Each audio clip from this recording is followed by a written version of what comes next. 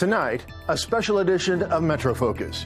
25 years after the release of Schindler's List, Steven Spielberg's epic account of one man's efforts to save Jews during the Holocaust, anti-Semitism is on the rise here and around the world. And the rise in the number of those who do not know about the Holocaust is, if anything, even more alarming, because as history has taught us, those who fail to learn from the past are destined to repeat it. In a moment, a conversation about the extent, the causes, and the possible cure for the resurgence of anti-Semitism today. The special edition of MetroFocus starts right now.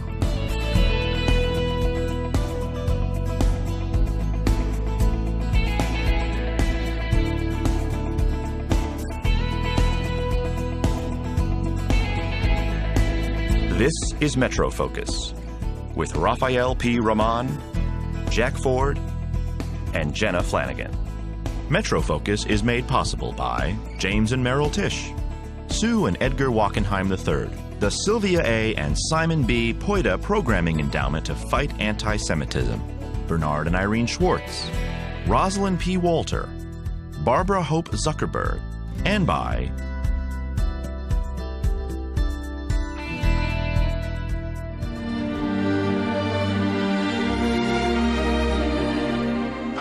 is when we have every justification to kill, and we don't.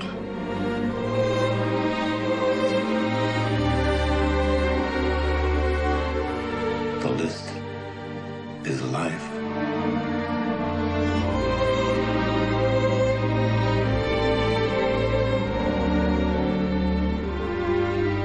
Whoever saves one life saves the world entire.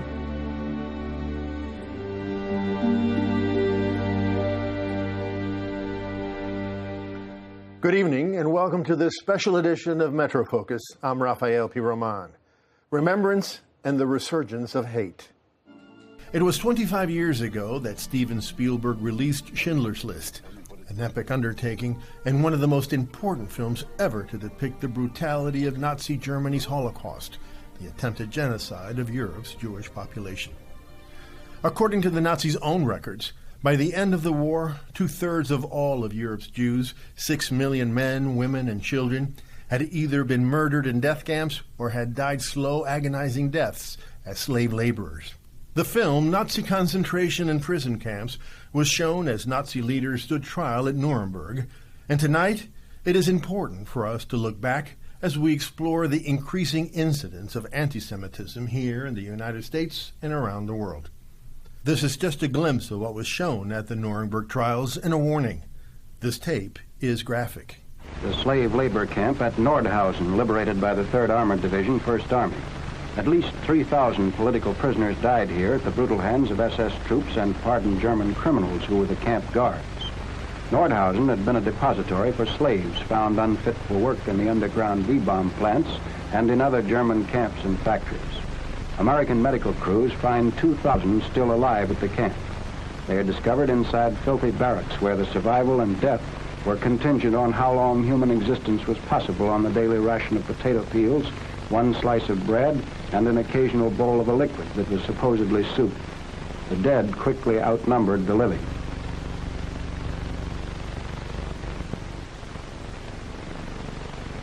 Amid the corpses are human skeletons too weak to move.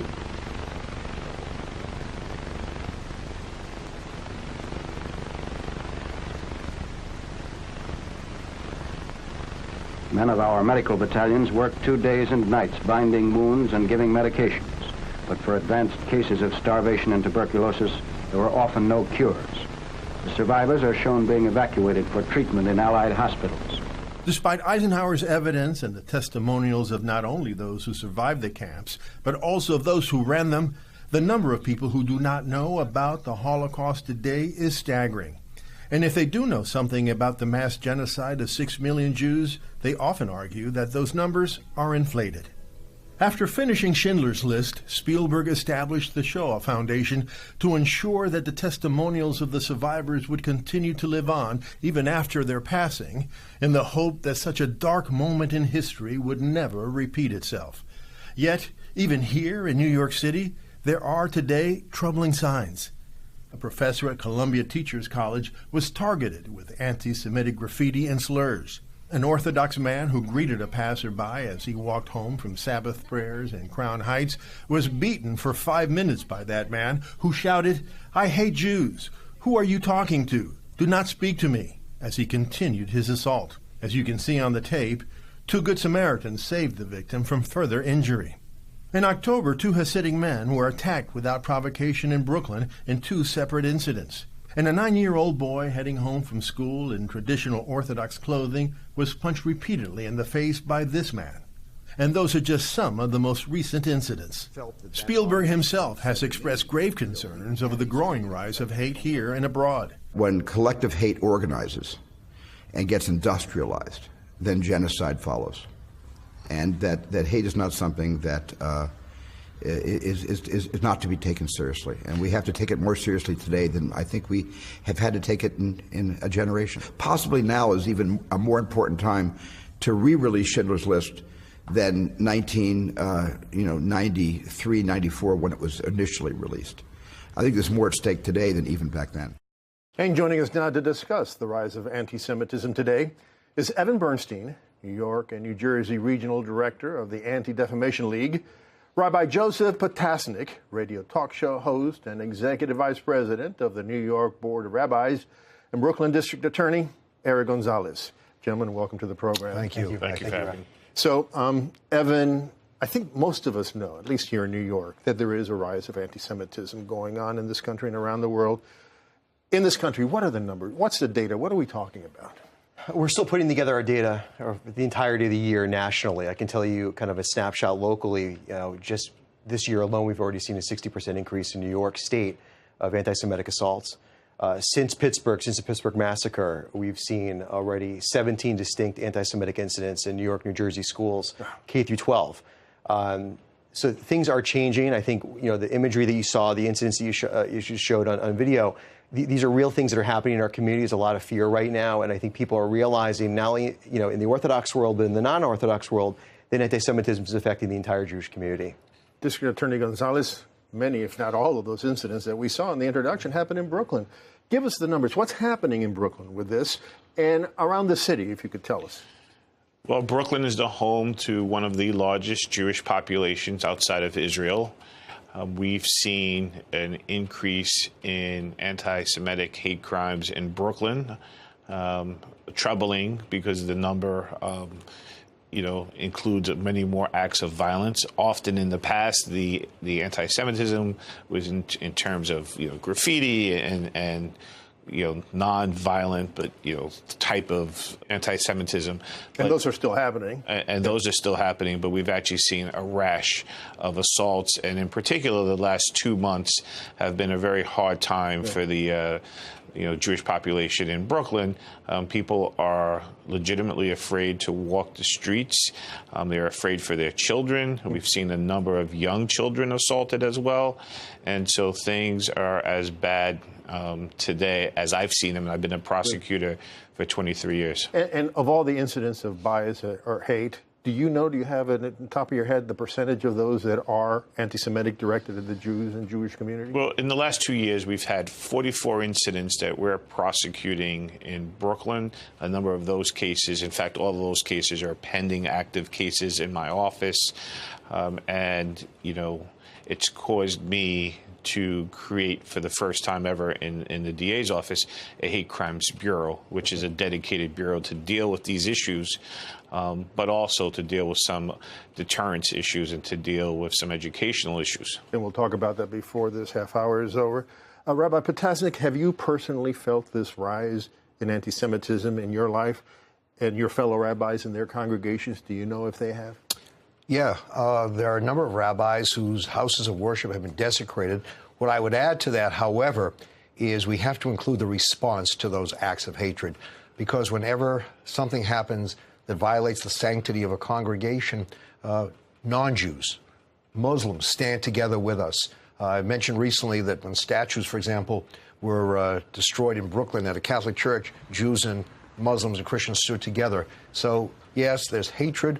But I have to say the response to hatred in many places is heartwarming. This is the battle of the decent against the indecent. and the indecent come from different places. We, the decent, must stand together, and I think we are. But we still have to be on guard. You know, but Rabbi, what Evan and what the district attorney said, it's so important, which is it's not just the victims, direct victims of the attack, but the fear that it creates in the whole community. You feeling that? Absolutely. People are nervous. You send a child who's visibly Jewish to any particular destination, and the child has the cell phone. Please call me as soon as you arrive, or you don't let the child go unescorted. The cooperation now between police, legal authorities and congregations is even closer. People are genuinely afraid, and rightfully so. This is not something that's been fabricated. This is something that's a reality of the day, and we can't close our eyes to it. Yeah. Well, Evan, why is this happening? What are the causes? Who are the culprits? It's wide-ranging. I think New York is a very interesting place when you look at anti-Semitism. I think what's happening in Brooklyn is different than what's happening in other parts of the country. We've seen a tremendous uptick of white supremacist activity in upstate New York and parts of New Jersey. One group, Identity of Europa, has done a tremendous amount of flyering, recruiting, especially on college campuses. What we've seen in Brooklyn, where there has been this uptick of anti-Semitic assaults and other incidents, it's not necessarily white supremacists. It's just regular individuals in the community. There's been always a lot of tension in Brooklyn for many, many years, many decades. A lot of progress has been made, but there's still obviously more progress that needs to be made, and I think leadership knows that. But I think it's again, anti-Semitism is the oldest form of hatred known to man. It's happening still all over the world. And I think that's something that we have to continuously come to grips with and deal with. Jason Weissman, who is, Jonathan Weissman, who is an editor, New York Times editor, recently wrote a book about this, basically puts anti-Semitism, the rise of anti-Semitism, at the feet of the president. Because he says what the president has done is remove the guardrails of what's acceptable to say and to act out in public regarding anti-Semitism and other kinds of hate. Is that fair? I think it's spot on. A lot of the work my office deals with is dealing with people from all parts of the world, making sure that everyone in Brooklyn feels safe, that everyone feels that they can be treated fairly by our criminal justice system. And a lot of the rhetoric that has come from Washington about non-citizens and immigrants have been divisive. And have started this conversation about, who's truly American, who's not, the differences between people. I think what I see is there's a real separation of people. Instead of, I always say my office does not care how someone got to Brooklyn. My obligation is to protect everyone and do that equally. But the conversations that happen around, I think, too many households now is us versus them. And that is now dividing us in ways that we haven't been divided in a long time, unfortunately. And I agree with Rabbi Potasnik. There are a lot of good people in this city working very hard to bring us together. But this social media is really a real facilitator of this hate. And it's hard for us to compete with social media. Let me talk about the social media specifically in a moment, but I'd like to get your take on I think it's coming from different places. I think if you look to the right, you look to the left, you're going to find anti-Semitism. It's no secret that today on college campuses, kids who take a pro-Israel stance, who are proudly Jewish, are subjected to victimization. Many of them are afraid to walk on a certain path because that path may be blocked. That's coming from the left. We've seen it on the right. Charlottesville is well known. DA and Evan have made a point of saying that wherever you turn, social media, the coarsening of language, the way people talk about each other and to each other, the songs that we hear today, the lyrics, there is this crudeness that seems to have pervaded too many places.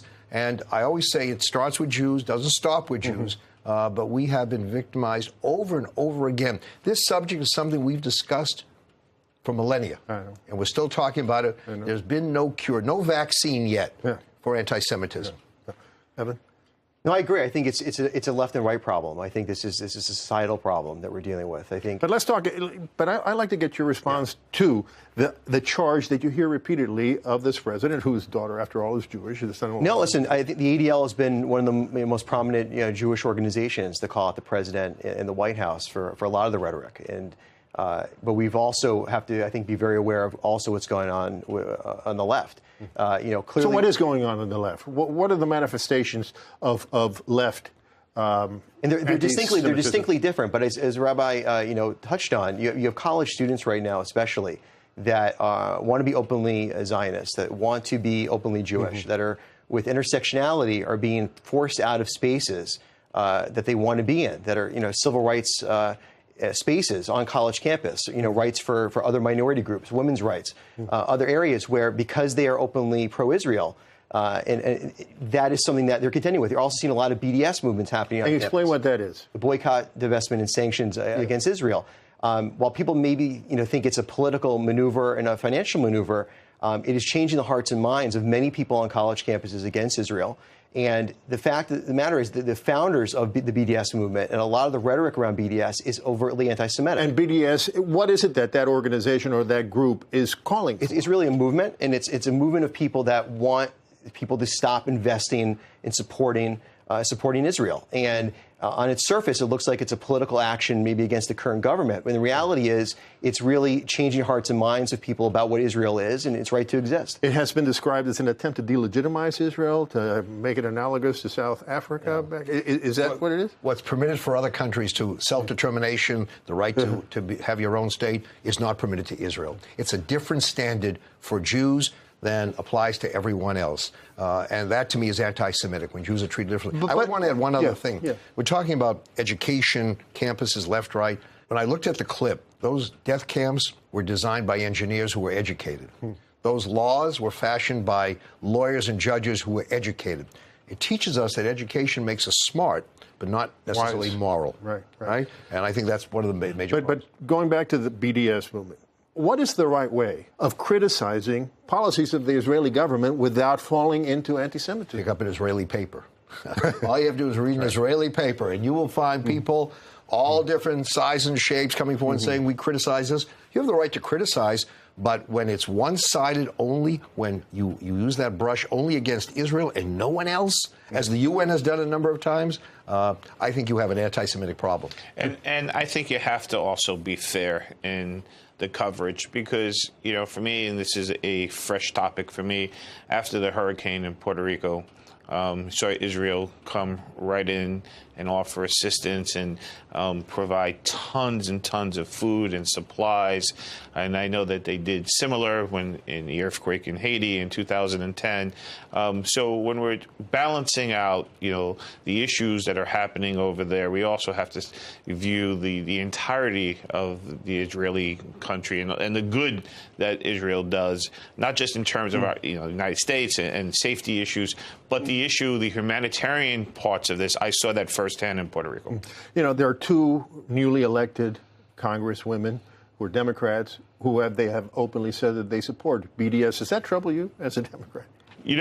For me, I think that what we need is to make sure that we don't lose sight of the fact that Israel is a very important partner to us. Does not mean that they cannot be criticized for things that we disagree with, but it has to be done in ways that are productive and not anti-Semitic. And there is a movement, I believe, in this city, as Rabbi and Evan said, that if you defend Israel, then you're in some ways you're an oppressor. Right, and so we have to be very careful on this point, that we stand with Israel on all of this stuff. I mean, I want to be very mindful of the fact that Israel has proven time in and time out to be a very important ally to this country. And again, for me, very personally, the work that they've done internationally is key. And so it troubles me on the national level, as the district attorney. It also makes me think that is a cause of some of this anti-Semitism in communities of color that we've seen. Yeah, no, I will also add that if you have someone who only criticizes African Americans, only criticizes gays, only criticizes one group, and does not in any way use the same standard for others, there's a real problem there. And what Israel is treated as a pariah by so many. I'm happy to hear the many contributions it's made, but there are people who only criticize Israel, deny the right to be a Jewish state for the Jewish people, and yet all the other peoples can have their countries, not Israel. That to me is anti-Semitic. We want to focus on the United States, but I have to briefly touch on what's happening in Europe, where the Holocaust, after all, happened. And I want to focus on France, at least in a very short period of time. You read about what's happening with the Jewish community in France, and it makes your hair stand up. I wonder if you could elaborate on what's going on there. So I spoke in Paris to the leadership of the Jewish community, CRIF, about a year ago. Even at that point, things have ramped up clearly since that time I spoke. It's been very difficult. There's been a tremendous amount of people making aliyah, moving to Israel. Those people are not moving because they're necessarily religious. 50,000 of them in the last 18 years. Yeah. Twice as many as the previous 18 years, from what I read. That's right. Huge numbers. And they're going because they want to be safe. They're not going for religious reasons necessarily. And I think that's something, and that's all you can track is what's going to Israel. There's a lot of Jews that are also leaving for Canada, for the United States, other countries. There's clearly a problem, and there's a problem all throughout Europe. I think that people have a misnomer that there's still millions and millions of Jews around Europe. That's just not the case. The two largest areas are France and the UK, and they're becoming more and more difficult. You have governments that are trying to hold on, that are moderate.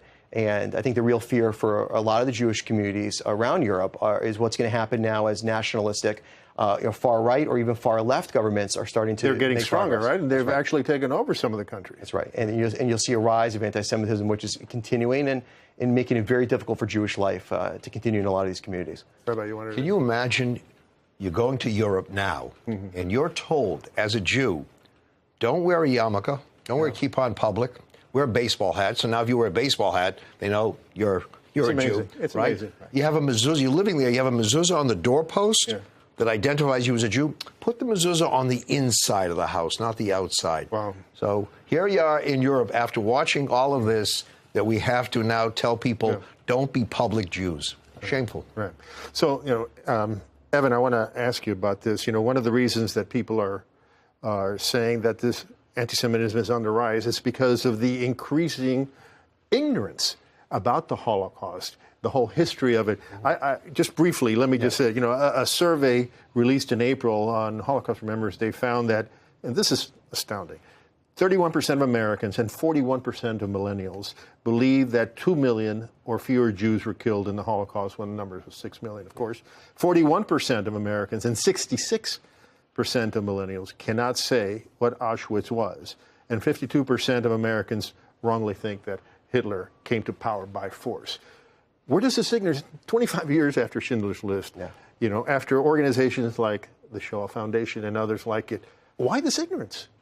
I think, for a lot of people, the way the Holocaust is being taught in so many schools is being taught the same way they teach the American Revolution, or they teach the War of 1812. And if you ask people, 15 years or 10 years after high school, they're probably not going to be able to give you a lot of factual, bullet points on those particular things. And I think in the Jewish community, we find these numbers staggering, and we get, appalled. We live in an echo chamber. I live in a family that had experience with the Holocaust. I have friends that had families experiencing the Holocaust. So I think for us, it's in our DNA. It's part of who we are. It's part of our being raised. I think in the average person on the street, it's something they know about. It's something they clearly saw in a movie, but the internalization and understanding deeply of those numbers and passing that on is clearly something that's not happening. Yeah, Rabbi, I think you have family that perished in the Holocaust. Yeah, they lost the father of the executive producer of this program, David Brown, he is a survivor. Yeah, those eyewitnesses are... But they're passing away. Yeah, I was happy to hear the district attorney had a meeting with community leaders recently, and he said, we as a district attorney's office, we're not just going to be reactive. We're going to be proactive. We're going to work with communities. We're going to develop programming so that people understand, that this dislike of the unlike is unacceptable. Okay. And we have about 90 seconds left, and I want to get to that. What is to be done? How do we turn this around? And let me start with you, because I know you already started doing some things. Well, I created a hate crimes bureau. That bureau is intended to have senior prosecutors who can aggressively investigate and prosecute these cases. But that's not enough. It's got to be forward-facing and working towards educating our young people. We saw a rash of those cases were committed by offenders under the age of 18, which is incredible and outstanding in ways that are horrible, because we have young people now committing hate crimes. So what is the messaging to them that has caused them to turn to hate at age 14 and 15, and one of the offenders was 13? So we're going to be in the schools. We're going to work with community organizations. We are going to work with the Holocaust survivors to bring people to the community and to communities, non-Jewish communities, right? Because as a non-Jewish member of this city, it's my obligation to help teach tolerance. And I think where I'll be particularly effective is working with our young people in our school system. We have less than 30 seconds. I would say anti-Semitism is anti-Christianity, is anti-Islam. That's why, thankfully, in this city, we've developed relationships. People like this, people who care and realize this is our responsibility. It's not just a Jewish problem. This is a human problem that we all have to address. Focus online. We open an office in Palo Alto, Silicon Valley. Hold these Facebook, Instagram, Twitter accountable. Young people are also getting misinformation on the Holocaust online. Their hate spreading online. Get to the online platforms and make them responsible for their content. Okay, well, we'll have to end it there. Gentlemen, thank you so much for joining us today. Thank you. About this very important subject. MetroFocus is made possible by James and Merrill Tisch, Sue and Edgar Wackenheim III, the Sylvia A. and Simon B. Poita Programming Endowment to Fight Anti-Semitism, Bernard and Irene Schwartz, Rosalind P. Walter, Barbara Hope Zuckerberg, and by corporate funding for MetroFocus was provided by Mutual of America, your retirement company, and by PSE&G, serving customers, strengthening the business community, and investing in the future.